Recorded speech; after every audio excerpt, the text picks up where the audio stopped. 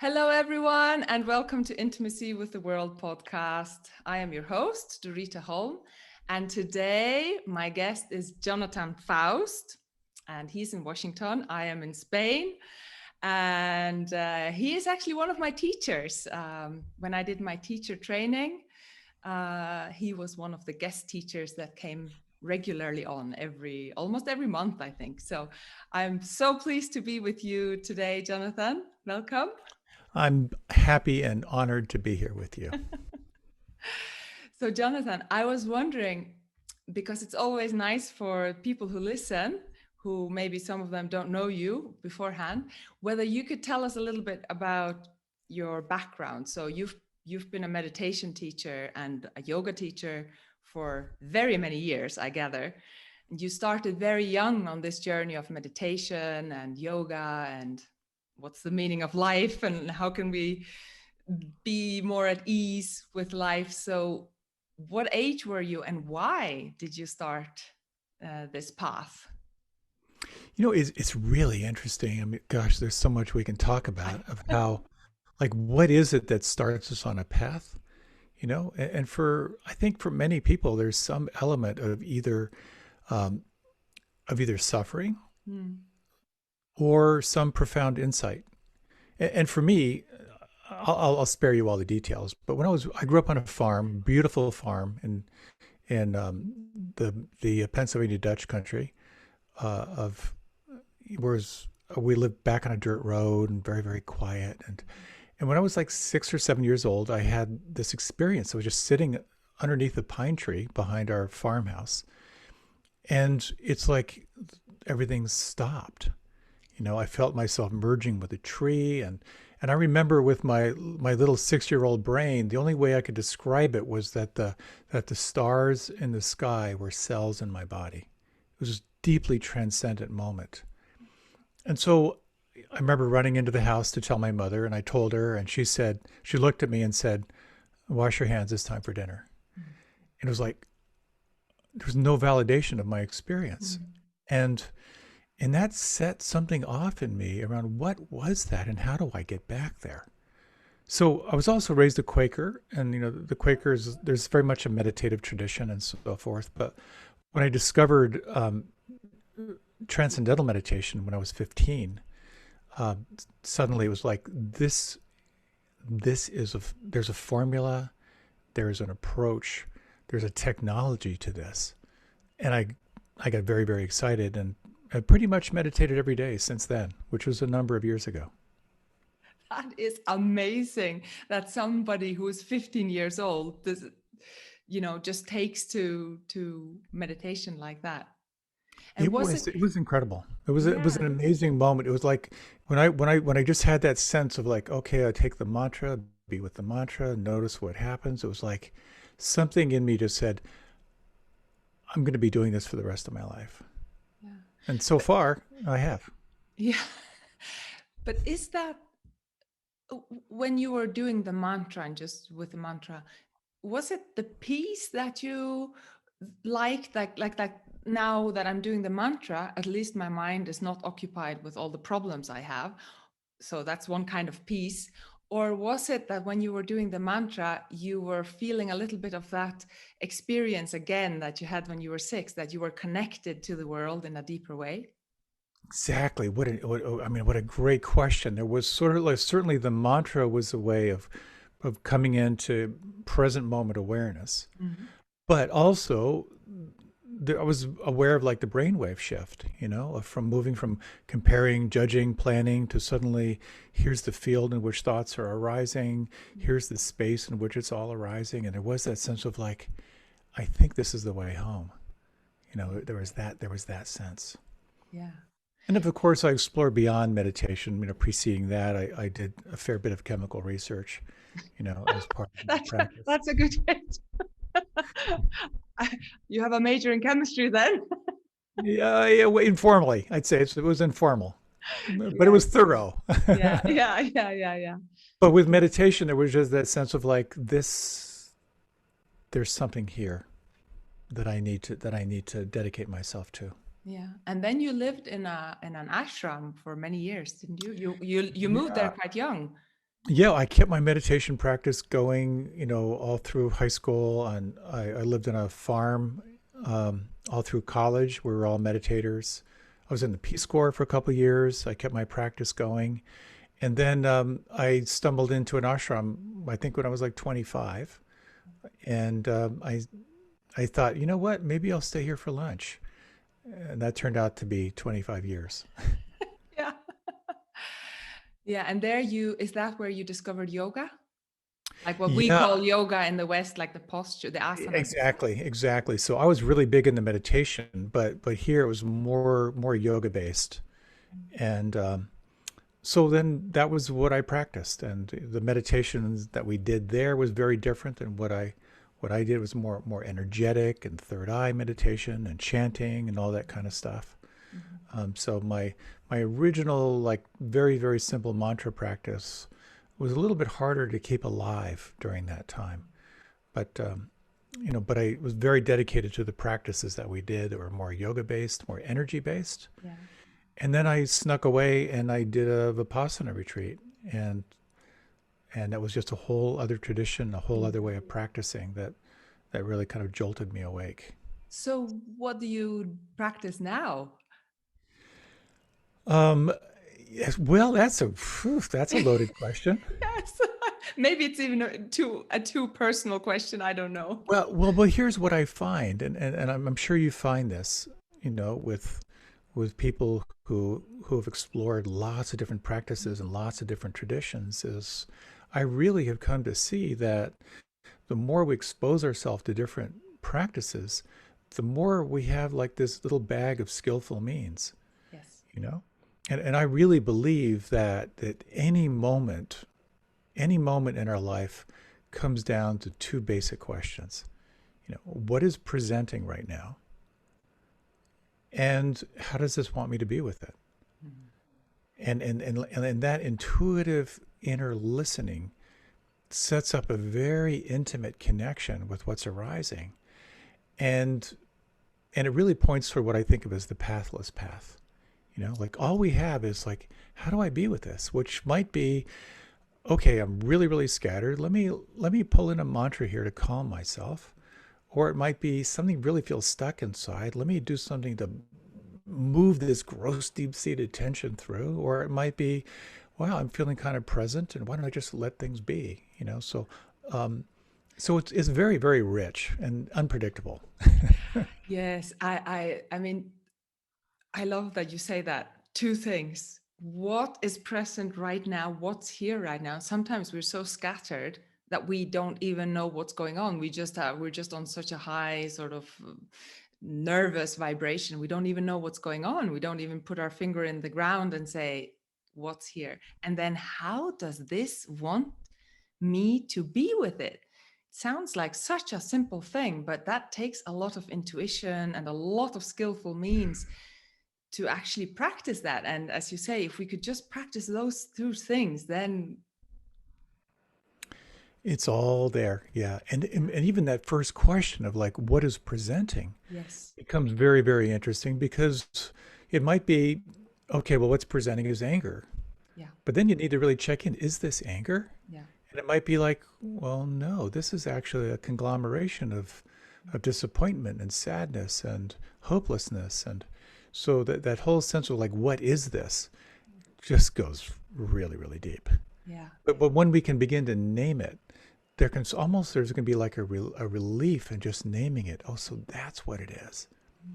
And then we invoke that whole thing of like, so how do I be with this? yeah. How does this want me to be with it? I love that question, because you're in kind of in a dialogue. You're in a relationship with whatever that is. Yeah, yeah, yeah, yeah. And also, you're asking this thing, how do you want me to be with you? Instead of just powering through with your habitual self or what you've been taught. Well, I've been taught I'll just go for a run, or I've been taught to just repress. You're asking it, how do you want me to be with whatever is presenting right now? It's a very open ended, very uh, compassionate kind of way to be with life. It truly is. It Yeah. truly is, and it's a very. Um, I don't know if this is the right word, but it has a feminine quality to it because there's an element of like of receptivity, and it's a relational aspect to it as opposed to, let me just, bring it out in the open and then nuke it, Yeah. which is another approach I've tried, Yes, I as think we've all tried that one. exactly. We're all Yeah, specialists in that one. We don't need to go on a exactly. course. Or it becomes like, oh, I'll just send this unconditional love so it never ever comes back again, which doesn't work either. No. And this brings me to something that I know that you're very interested in and that you practice a lot with, which is the power of questions, which is also that when you're saying, okay, so what's present right here? That we don't actually, mostly we hardly know what's actually present because we don't stop long enough, and we have never stopped long enough to actually know what's actually present right now. Like we're Exactly. too much on the surface and on to the next thing to actually feel deeply into what is present now. Is that what you mean when you talk about, for example, the power of questions? The questions are so powerful because, there's sort of like the solution-based questions I like to think of. Like, so, you know, what kind of car should I buy? Like the we're asking ourselves practical stuff all the time. Like, what should I have for dinner? Mhm. But then there are the other questions of like, how do I decide what I'm going to do next? You know, how do I determine what's most important in my life? How do I heal this broken heart? Those kind of questions that point toward a solution, towards some way that you might navigate through a challenging period.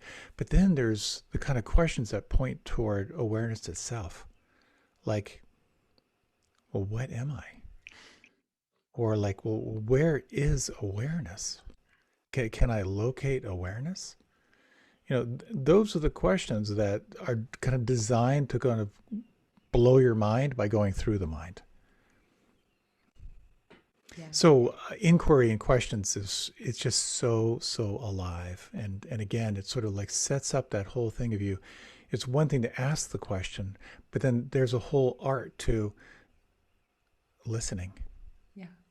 and allowing a response to arrive, or allowing a state of consciousness to arrive in response to that question. Yeah.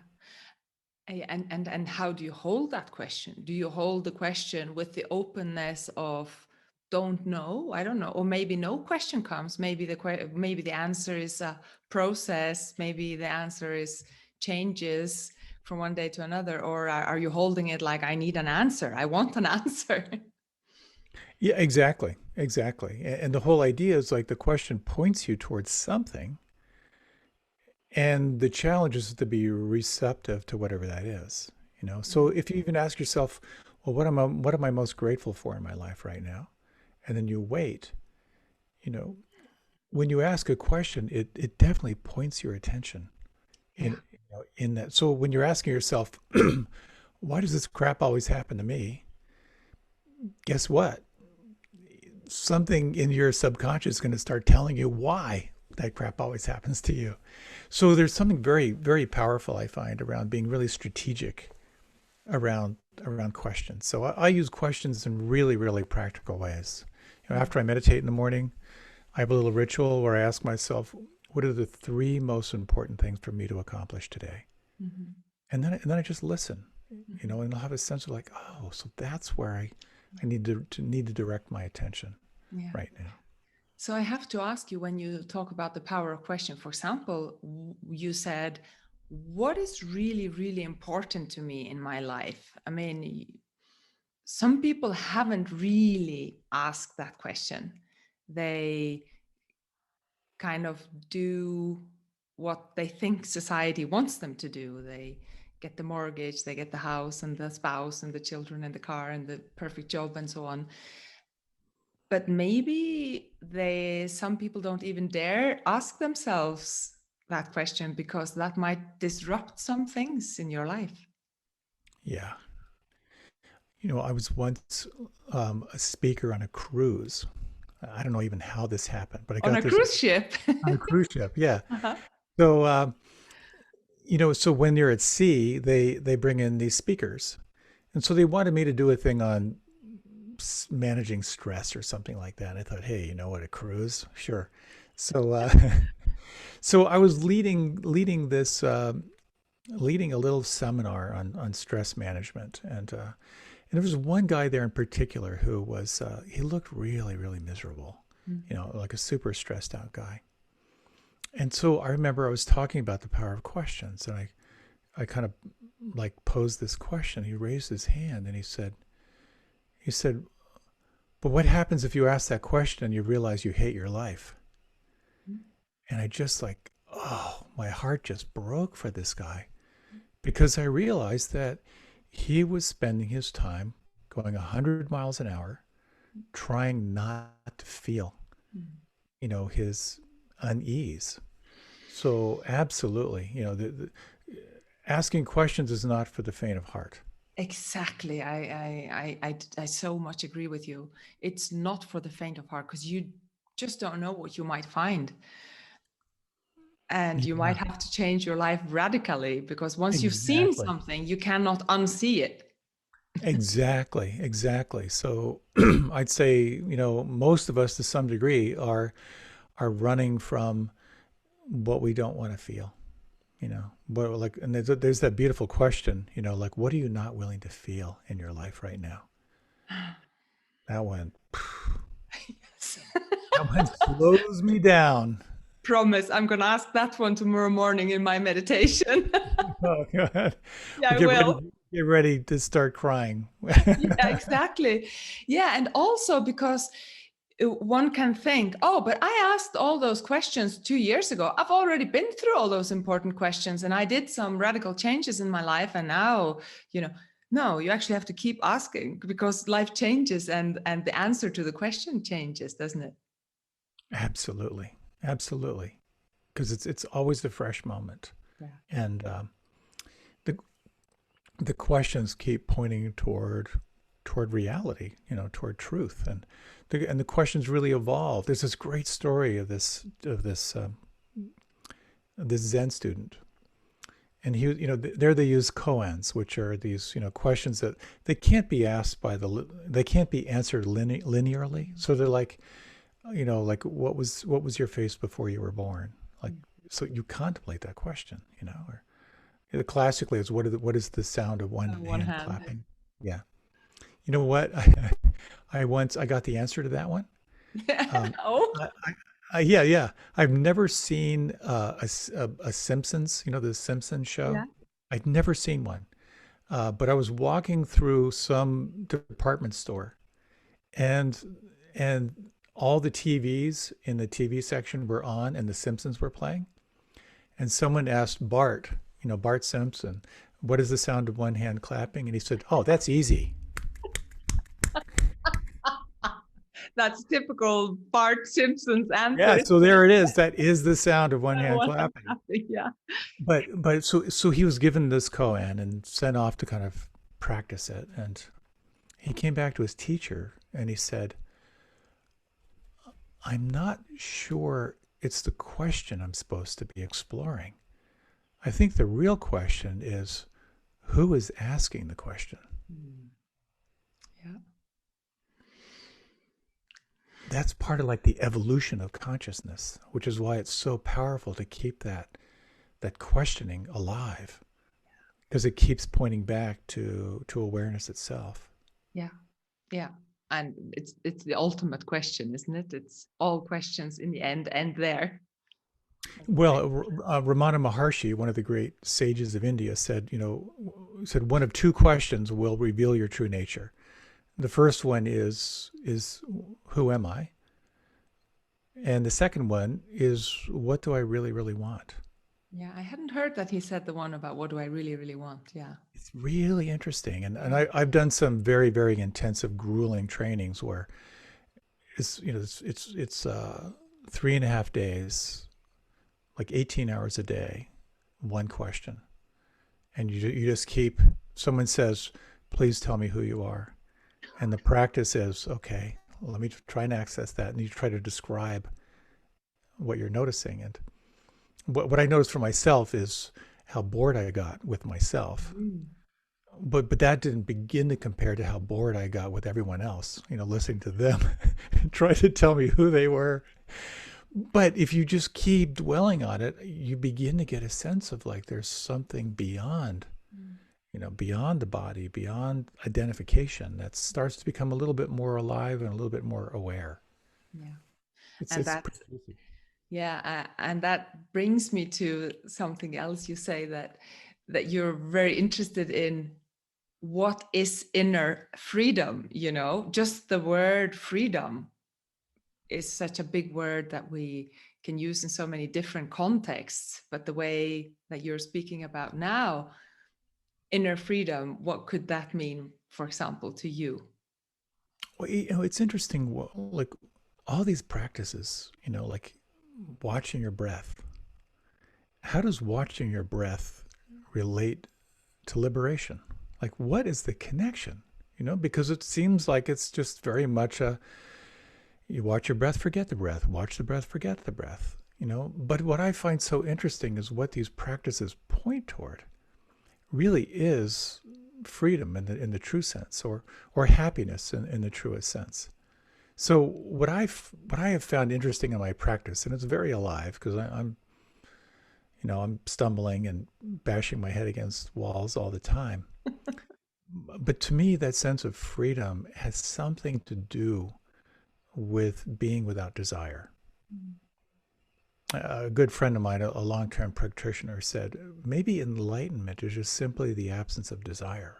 Yeah, the absence of grasping and Yeah, yeah. So when we're not wanting life to be any different than how it is, yeah, something magical kind of arises. yeah, Or as Werner Erhard, the founder of S, said that the quickest way to be happy, this really works. The quickest way to be happy is to choose what you already have. why is that so difficult to do? I mean, it's Sunday today, and yesterday I totally didn't do anything. I was out and about. We have a horse, my daughter is 10, so we went for a long walk with the horse, and I just didn't do any computer or anything like that. So today, because I didn't do anything today, I've been on the computer almost all day, writing and on and correspondence and so on. And sometimes it's like, I need to this too, and this email and this, and then I watch myself and I say, this is suffering, this is anxiety, and this is suffering. So what are you going to do about it?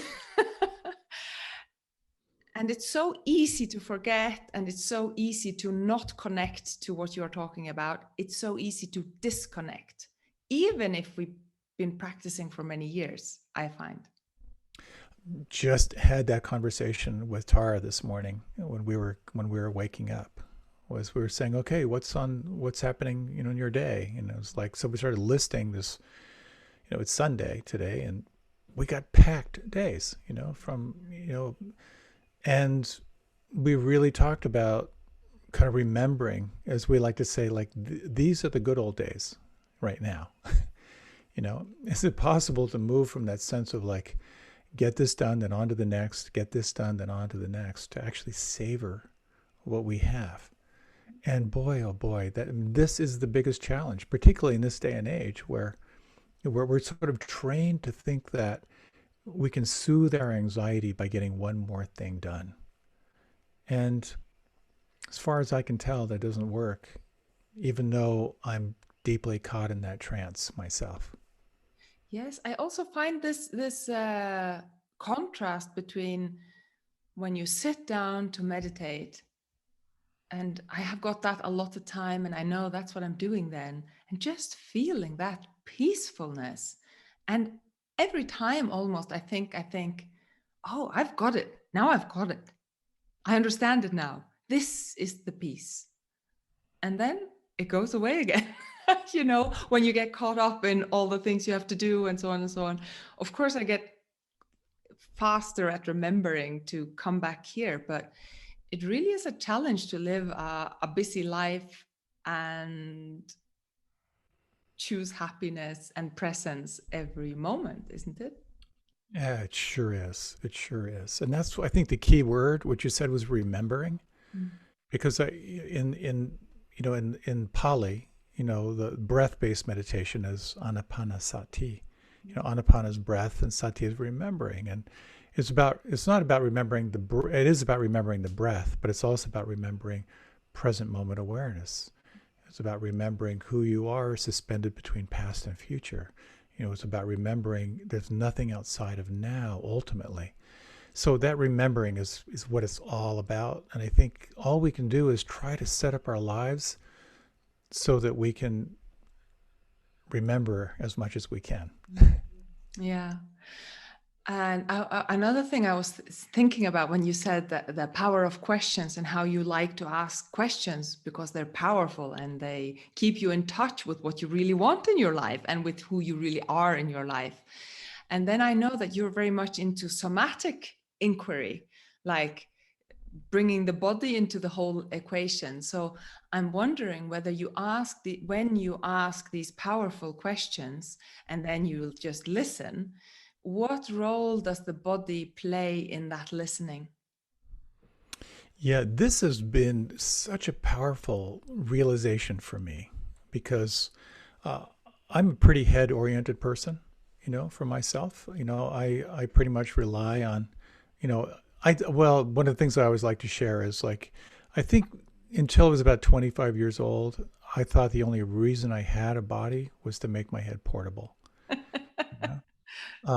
And then I realized, like, oh my gosh, the body's actually the doorway. So number one, the body lives in the here and now. The body does not live in the future. It does not live in the past. So it becomes an ally for coming here and now. But then this whole idea, it's an interesting supposition that your body doesn't lie. Yeah.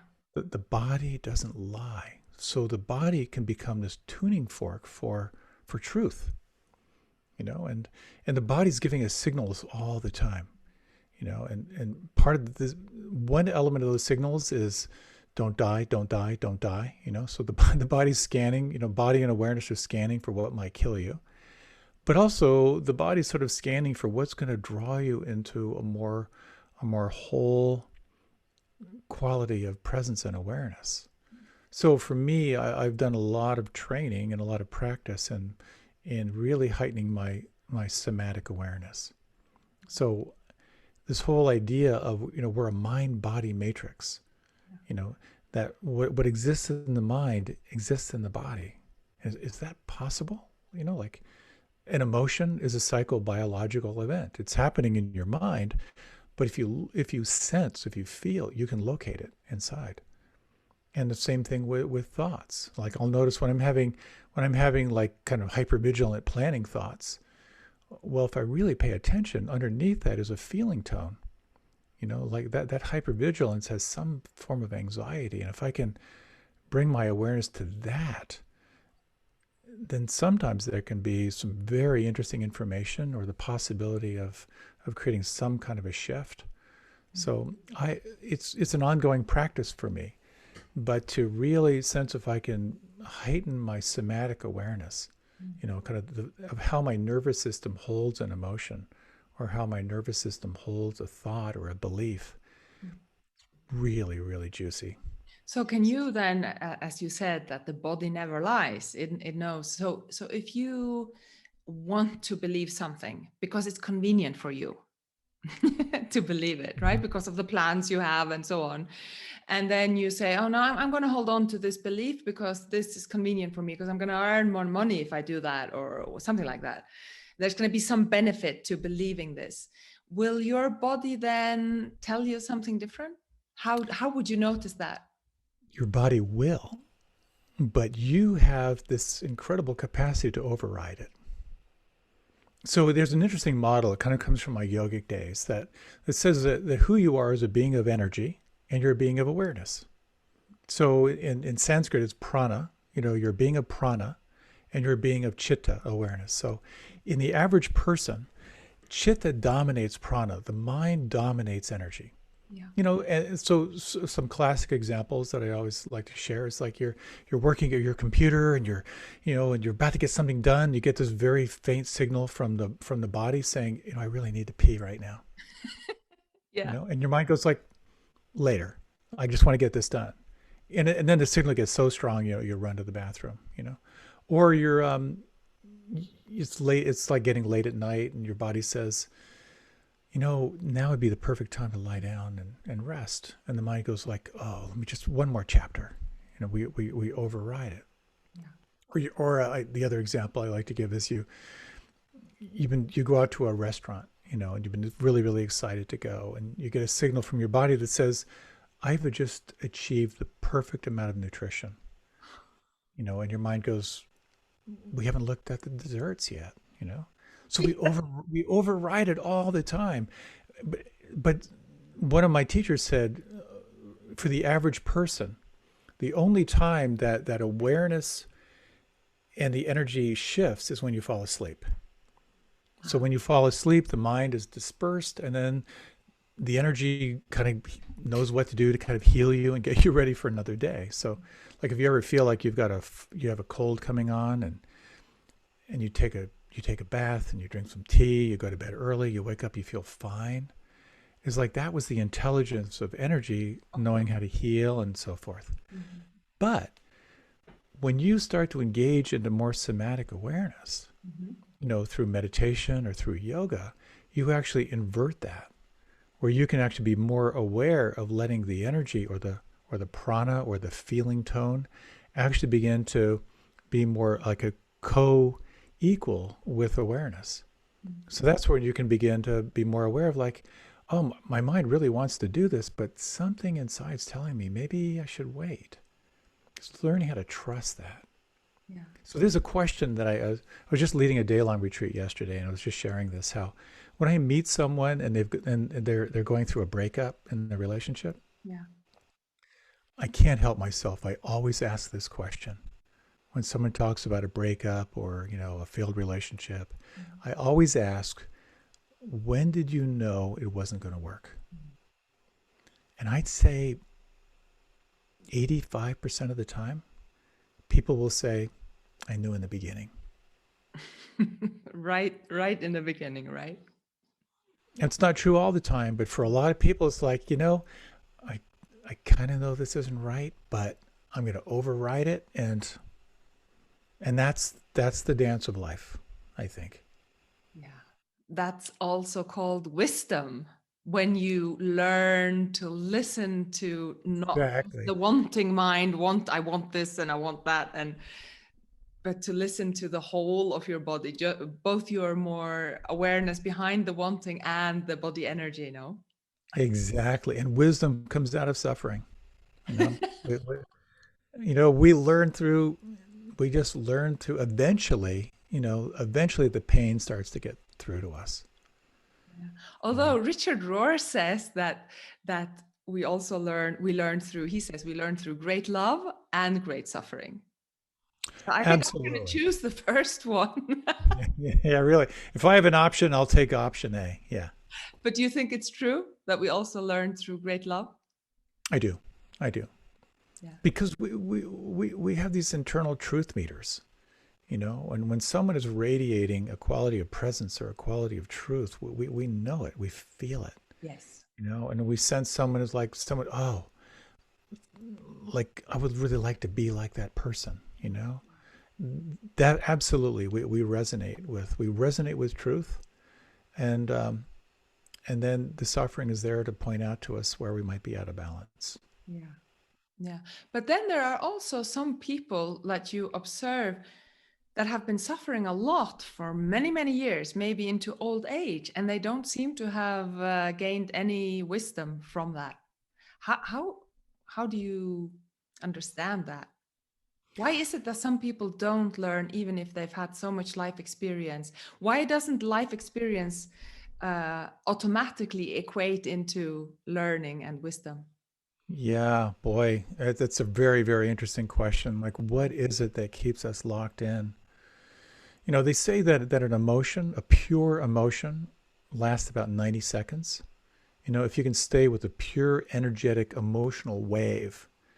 What I've noticed is I've been able to take some emotions and sort of extend my reactivity out about 50 years. Yes.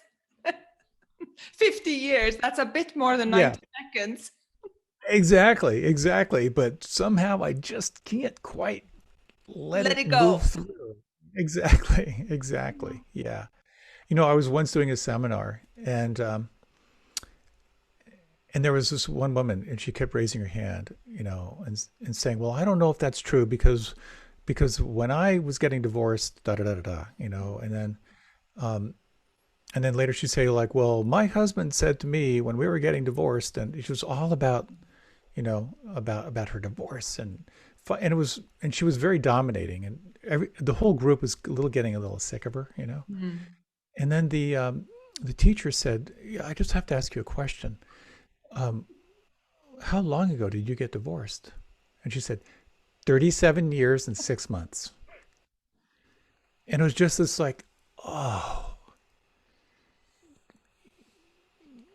it's so hard to let go sometimes. Mm. The identification around who we are Mm. is so hard and so intense. Yeah, that's why we need all these practices, isn't it?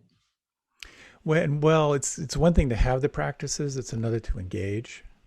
Because as I like to say, if you really want to engage in the practice, prepare to be humiliated, Mm. What because, exactly do you mean by that? well, Stephen Levine said, his definition of meditation is that meditation is one insult after another, you know, and it's true, oh, I am fully present. And then suddenly you're caught in some pornographic meditation and like, oh, where did I go? It's that same thing of like, everywhere we're stuck, everything undigested in our lives starts to come to the surface in this practice. Mm. And it's an interesting thing. What I've noticed as I've been able to kind of hang out in this world of meditation and blah blah blah for so long is that I think what happens for many people when they start to practice, there's all this wonderful low-hanging fruit, Mm. Yes. and you realize, oh, that pattern is not supportive, and then you let it go. And so many people will say like, oh my gosh, my life is changing, like I'm more calm and more relaxed. I But don't then, blame so much. yeah, I don't blame exactly. myself so much. Yeah, those Exactly, easy low-hanging fruits. Yes. exactly. I'm not as reactive as I Yeah, was, not as judgmental. and as the joke goes, when you meditate, you feel better. You feel your depression better, you feel your anger better, you feel your sadness better. And that's when you start getting into the gnarly stuff. Because as you start to kind of deconstruct the conditioned self, like initially it's like, woohoo, I feel so free. And then you begin to sense there's more, in unpeeling the onion. Mhm. And what I find, Yes. go ahead. So is it worth going there, Jonathan, to keep digging, to That's a keep right. digging up more dirt? Well, so here's the interesting thing. So we have the Four Noble Truths. You know, stress and suffering are part of the human experience. And if you look closely, there's a cause. And it has to do with identification, clinging, and holding on. And then the third noble truth is you can let go. And if you let go a little, you feel a little bit free. You let go a lot, you feel a lot free. And then the fourth is like there's a path, there's technologies and practices that will help you to become more and more free. What I've noticed is that people tend to fall into one of two camps. They're either first and second noble truth people. Okay, there's suffering in here and I'm going to find it. And then there are people who are like, hey, I can let go and be free, Sounds a bit like bypassing. Exactly. So you either get people that are very, very grim. There's a lot of work to do here. Or people who are like, hey, I'm all about premature transcendence. Nothing means anything. I'm already free. And yet they're not fully processed. So, but what I think is, and I love this definition of Dharma, or like your path. This is the best one I run across. Is like your personal path is what you can't not do. Your personal path is what you cannot do. Wait, no, it's what you can't not do. What you can't not do. Yes. Right. Yeah, it's or choiceless choice. Like, yeah, I have lots of options, but really, I just know this is what I need to do. Yeah. So you don't actually have a choice whether you're going to dig up that deeper dirt or not. It's actually, if you don't dig it up, you're going to be in that little prison forever. You actually, if you want to be a little bit more free, you have to dig it up. And you know And that, you know. and you know it's there. Hmm. But here's the trick, and I've certainly found this, having done a lot of digging in my practice, is that there are times if I'm on an intensive retreat and like nothing's really happening, I'm thinking, oh, what do I need to work on? You know? Or if I have some big release and it's like, okay, what am I going to dig up next? But the truth is, we don't have to look No. for the material. No. And this is a real part of the practice, is like, you don't have to look for it. It's going to find you. Yeah, and also you can actually enjoy the period when nothing is showing its face. You can actually enjoy and say, wow, life is wonderful this month or this week or this day. Tomorrow something might, want to be processed, but today, what a beautiful day. Exactly. That sense of just awakening to what's here, Yeah, but also remembering impermanence. yeah, yeah. Because there's this great, this is a long story. I'll cut it short, but this fellow who's kind of on this quest, this riddle is set to him, like, what can make a happy person sad and a sad person happy? He spends his whole life searching all over the world for the answer, and finally meets this old jeweler in a bazaar who he asks the question. He gives him this little ring, and on the inside of the ring it says, "This too shall pass." When we're down and struggling, remember this is going to change. Yeah. But also remembering when you feel like you've arrived and everything is perfect, Enjoy it. enjoy it, savor it, because the weather's going to change. Yeah, but don't you also find that if you've never practiced with what we started out with, saying what's here right now and how does this want me to be with it? If you've never practiced that kind of thing, and somebody says to you, yeah, I know you're really happy now, but there's impermanence, and somebody's gonna die in your family. That's just the way it is.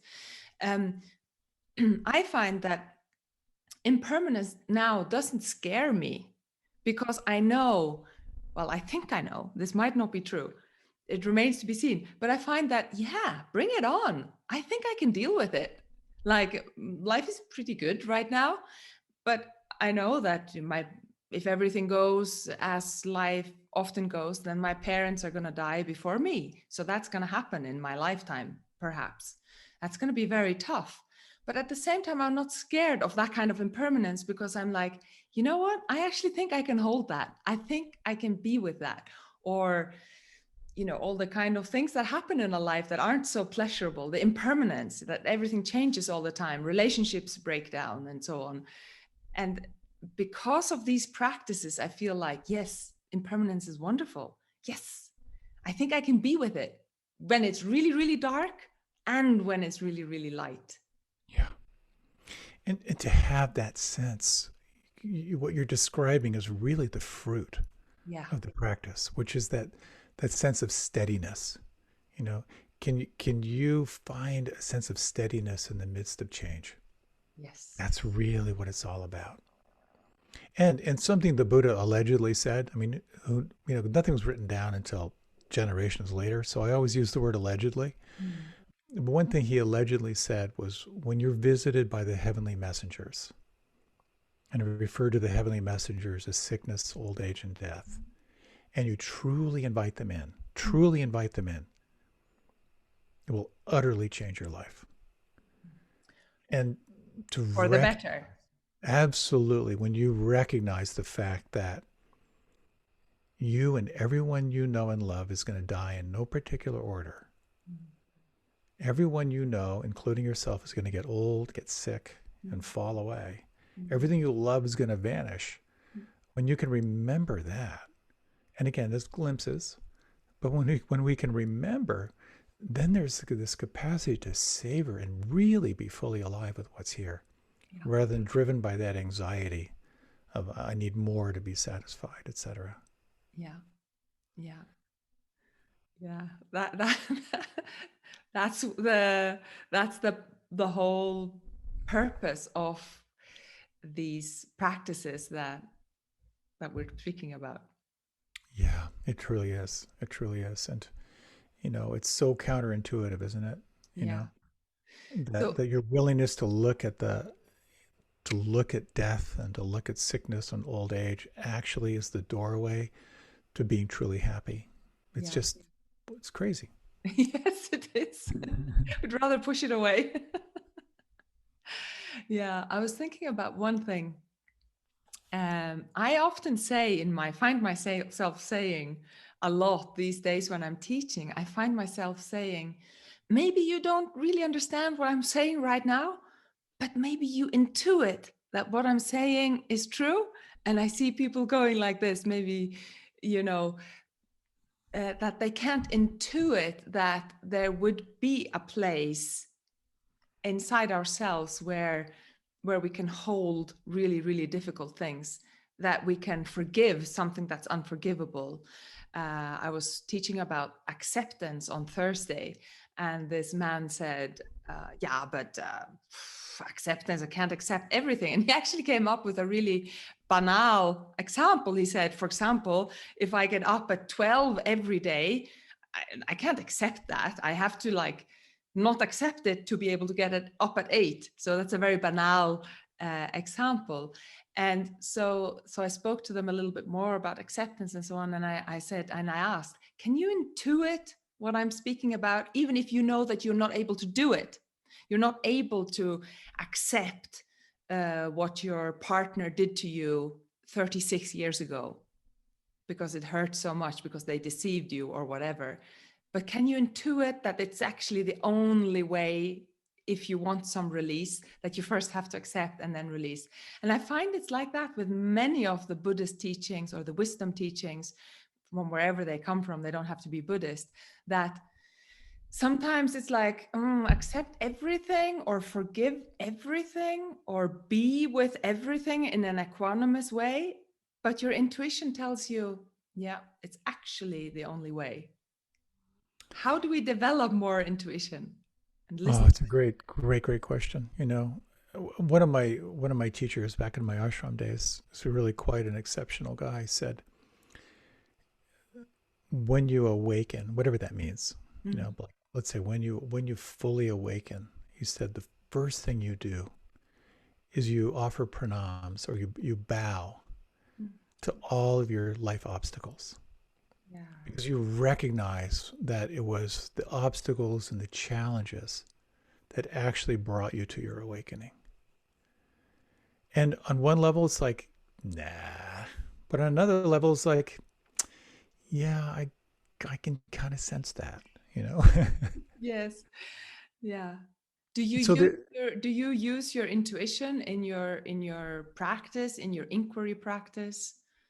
well, I try and fail all the time, but I definitely try to kind of tune into what do I know to be true, you know? And have you found that your intuition is becoming more prominent, taking a more prominent place? Does its voice be more easily heard as the years go by and you I practice? think so. I think so. I think there's more and more of a sense of what I think of it as resonance, like if you think about it, like anything you choose to do, maybe the easiest way to think about it is if you look at food, Mhm. you look at a plate of food, it's either going to give you energy, it's going to take energy away, or it's going to be revenue neutral, and so when you tune in with your body, it's like, I know if I eat that, I'm actually going to feel good. It's going to give me energy. And if I really, really am honest, I know if I eat that, it's going to take more energy to digest than I'm going to get out of it. Yeah. you know, and so it's kind of in that same way. In Pali, as you know, we talk about the feeling tone of pleasant, unpleasant, and neutral, of Vedana. Like when we can begin to tune in to kind of the felt sense of the body, it's sort of giving us these signals of like, yeah, that actually feels enlivening, Mhm. or that actually, I can feel something kind of shutting down here, Yeah. or that's kind of in between. So I think the more I've been able to tune into there's more of that sense of like, that sounds really good to my mind, but if I really pause, something isn't resonating here. Something isn't right. And maybe I need to take some time and really kind of investigate that. But little by little, I'm learning to trust my gut a little bit more than before, Yeah. mostly through suffering and failed experiments. Yeah, but it's so interesting how it always comes back to this listening, and to be able to listen to our body and to our mind. What do I really want? And what's my body really telling me? Or what's my intuition really telling me? I actually have to stop. You can't listen if you don't slow down a little bit. You can't listen Exactly. to the Exactly. signs. Yeah. So this brings me to, because we spoke about like just the plate. What am I eating? What does my body tell me is best to eat? And the man who was concerned about waking up every day at 12, that's not helpful. I need to punish myself out of that. I need to be hard on myself.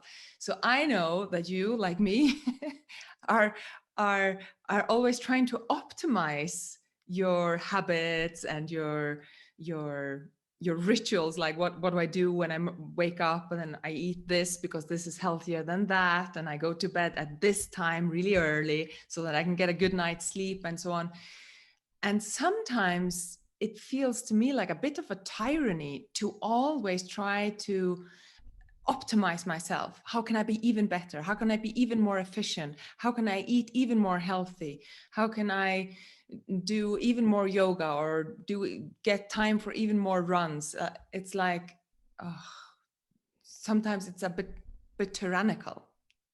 Yeah, it's kind of a disease of the mind, at least from my perspective, because I'm just tweaking all the time.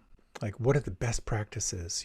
How do I hack my body to do this? And I have my drink with all the special formulations that are optimized, that are going to work for my body type, and how I burn energy and create clarity, and dialing in the right amount of caffeine, and knowing when to rest, and identifying my peak activity and my recovery time. It goes on and on and on. So it's interesting. You can boil it down to two basic paths. Like, one path is the path of means, or the path of self-improvement. Yeah, the And that's path of about self-improvement. That's really yeah. interesting. And it's about becoming, a better partner, becoming more flexible, being a better meditator, learning how to concentrate better, learning how to manage my money better. The path of self-improvement. And then there's the path of liberation, the path of like just cutting through. And it's a very interesting thing to see how those two play out. So to me, they're kind of personified by two different meditative traditions.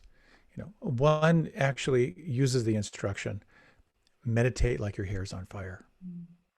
Die on the cushion, like be fully present, bring all of your willpower to present moment awareness, and kind of pierce through, whatever's in between you and all that. The other tradition says, you know what's really messing up your life? You're trying. Stop trying. It's already here. It's closer than you can imagine. It's more wonderful than you can possibly imagine. Just stop trying. How do we justify those two is a really interesting thing. So when you look at a lot of the non-dual teachers, there's one great non-dual teacher whose basic message is, everything you want is already here. Just relax and allow, and just surrender to the here and now, and you will be informed, and your path will move from there.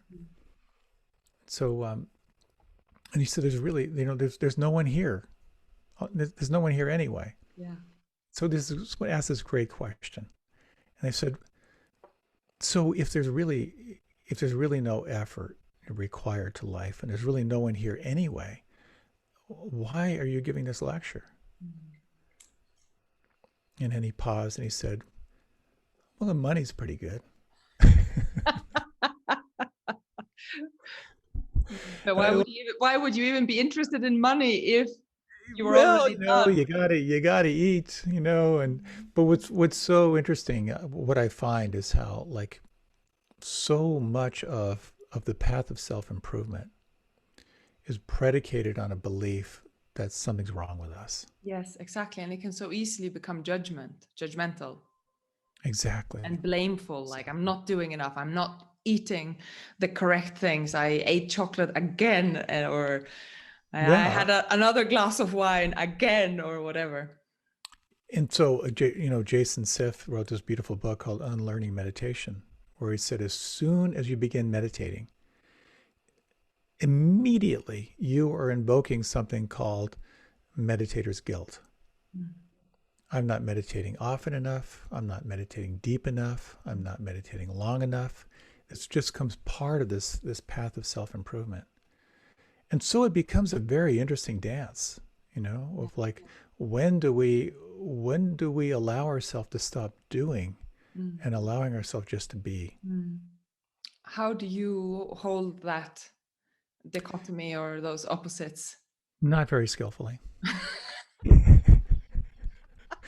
You're not supposed to say that. Well, there's a really cool model that a friend of mine told me about. So you think of how you use your energy in four quadrants. One is reacting to, reacting to crisis. So that's the email that you have to respond to right Yeah. now, the Mm. phone call you've got to do. So a certain amount of our time is just reacting to unexpected events. So Mhm. that's one quadrant. Another quadrant is your to-do list. Mm. It's all the stuff you said you were going to do, and now you got to do it. So that's the second quadrant. The third quadrant is reflecting on kind of like strategic planning. You know, it's like pausing and saying, wait a minute, is what I'm doing this week actually aligned with where I want to be in 10 years?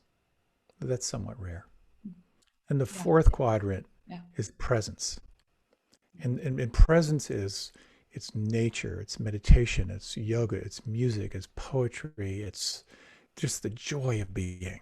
Yeah. And So stop. out of those four quadrants, reacting to crisis, Yeah. attending to your to-do list, Yeah. assessing where you are and where you want to be, and then just being. What I've noticed is if you don't prioritize the fourth quadrant, Mm. if you don't really lock that in, Mm. your awareness is going to slide back to the first quadrant. And then all you're doing is reacting and putting out fires. Mm. And I just seen that in my life. And Mm. I just know for myself that when I build in that time, Mm. like in the morning, no matter what, I go to the river and I go paddling for an hour, or I take time for art, or I take time for meditation, I take time. I really come to see how every second I spend in presence is going to inform and affect the other quadrants for myself. But is 1 hour of paddling on the river enough? Because it's, That's a yeah. great question. It's a great question. And again, that's sort of like the balance between, filling my cup, Mm. because the model I find myself going back to all the time is like when my cup is overflowing, life is joyous. I love what I'm doing. Yeah. I can't not be nice, because I'm feeling so good, you Yes. know? So when people say that meditation, yoga stuff, it's so indulgent and narcissistic, my response is what your responsibility is to fill your cup to overflowing. What if that was your responsibility, your primary responsibility? Mm. So I think it's kind of a moving target, but I love what I do. I love the ways I serve and I feel so blessed. Yeah. And that's one of the ways that I can fill my cup to overflowing. And there are definitely times when that is not enough. Yeah. Yeah. Yeah. When I need more. And other times it's like, yeah, okay, that I've got enough charge to take me through today.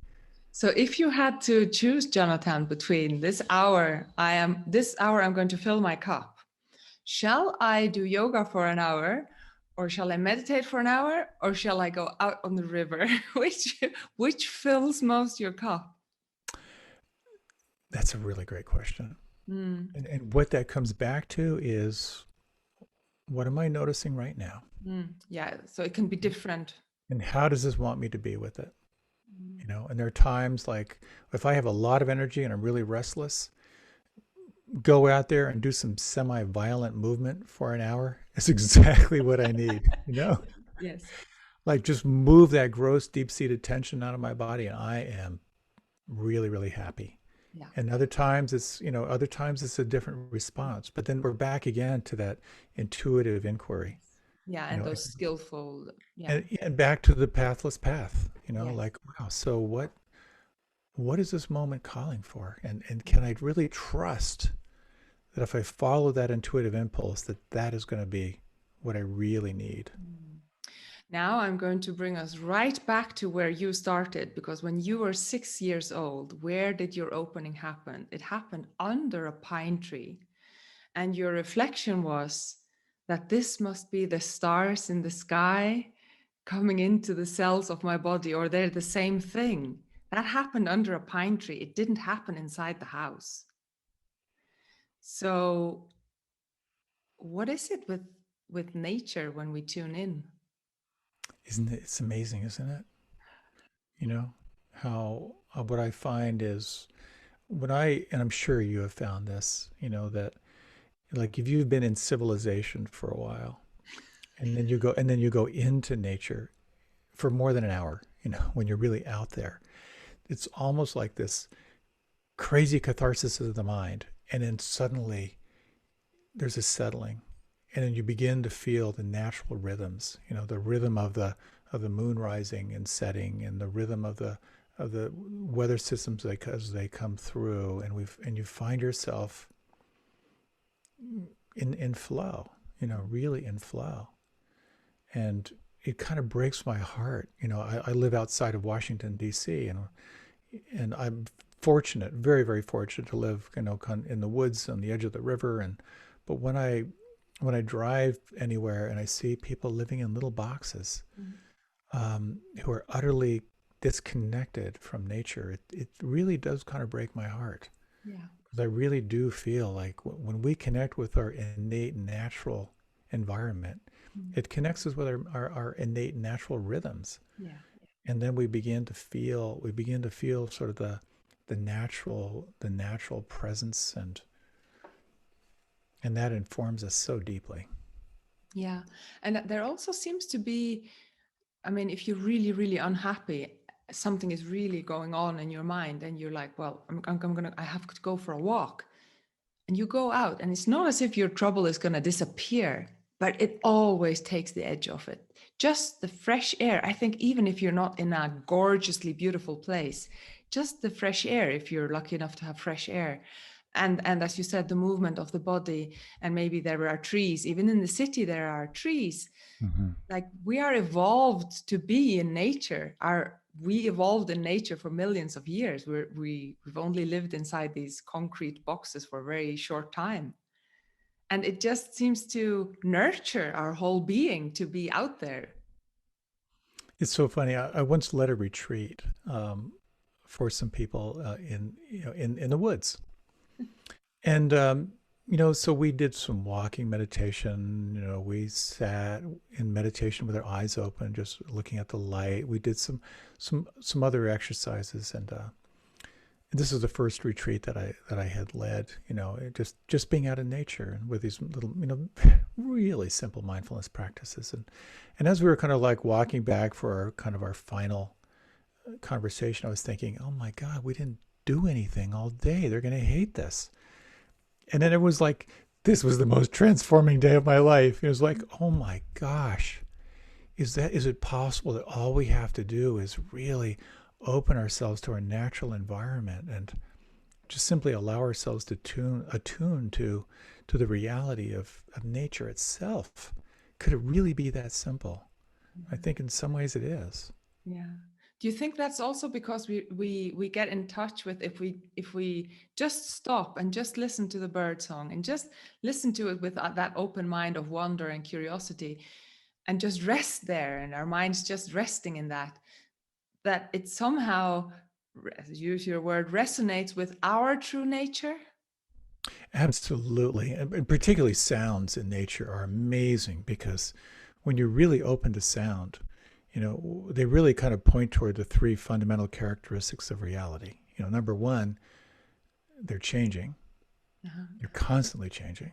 Uh-huh. Number two, you begin to recognize that if you attach to any one sound, you miss all the other sounds, you know. And so there's a certain amount of like stress that you when you get identified with just one sound. And then the third is you begin to realize you have no control over the sounds. All you are is the one who's aware. And that's why I love, opening to sound in nature in particular. It's that just that recognition of like, oh my gosh, I have no control over this whatsoever. There's a certain amount of freedom and spaciousness that can arise in that practice. What a beautiful teaching, Jonathan. So, Jonathan, we have been speaking for an hour. I could speak to you This is all so much day. fun. So much fun. It really is. Oh, thank you so much. Thank you. Thank you so much. You are a bright light, and it's an absolute pleasure to have this time with you.